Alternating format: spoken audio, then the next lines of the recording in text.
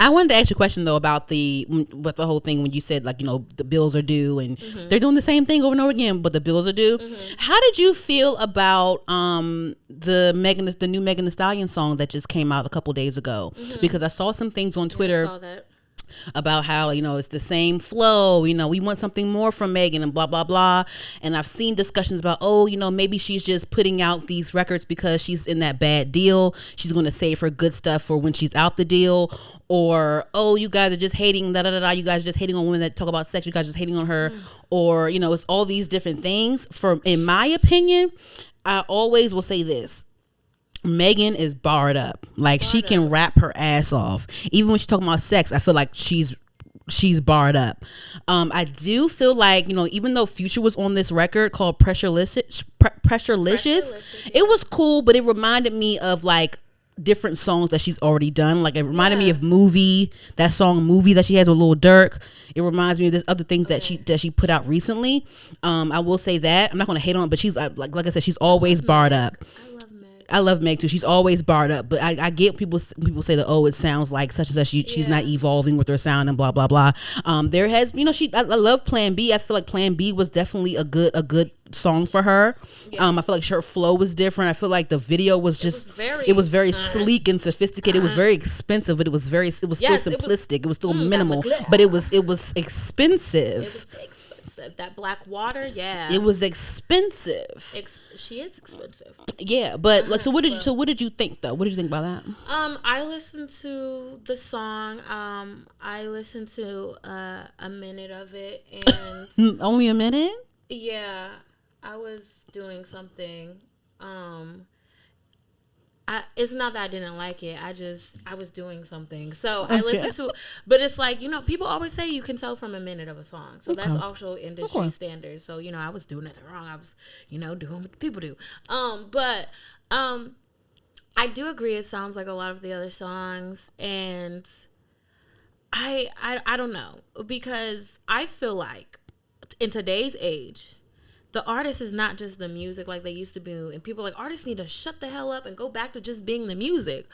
But you realize these artists also get these endorsement deals off their personality and their social presence. Like, I hate an artist without a personality. I hate an artist without a personality. Oh, my God. You know what I'm saying? And when I see Meg, I think of her as like, oh, this is like, you know what I'm saying? I think college student. No. Oh. I don't think of that. Okay. I mean, that's cool and all, you know what I'm saying? But I see Meg as the girl who likes anime, the one that has that really good, like, you know, Southern accent, that Southern hospitality, that like that big sister feel. Like, I'm gonna protect you. Like, if you go to school and those girls making fun of you, we gonna do something. You know what I'm saying? And like, she has a lot of affirmations in her lyrics too. Yes, she does. She has a lot of affirmations in her lyrics. I listen to Meg's piano every time I gotta go do some boss. I put on my shades. And I just dun dun dun dun dun dun. It was a tweet. It was a tweet. One time, I think I reposted it one day, but it said, if you wouldn't introduce that man to Megan, drop him. Basically, like saying, like, you know, like if he's not good enough, you know, if you wouldn't show Meg your man, if you wouldn't tell Megan about your man, drop him. That's valid. Just by her lyrics, no, just that's like valid. That's those affirmations that she says and like that she raps about her. Like, if you're not proud to tell Megan about your man, then why are you with that nigga? No, yeah, I feel that. I just feel like she has so much to offer, and I feel like she could be writing about that.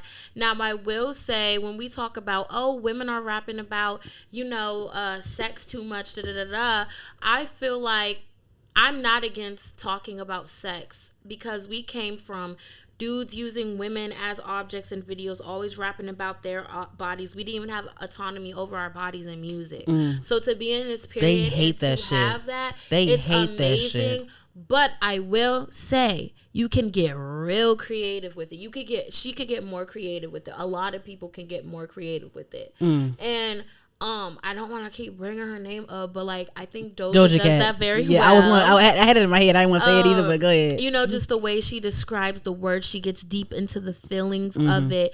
It's not just, you know, you know what I'm saying? She gets really deep into it, and there's other artists that do that as well. And do you think Nicki's good at that? I think Nicki's good at that. Mm-hmm. I think Nicki's good at that. And I just feel like I feel like she could do that, or even if the beat was different, even if it was a different genre talking about it. You know what I'm saying? There's some songs that come on that are old, and I'm like, they were talking about sex the whole time.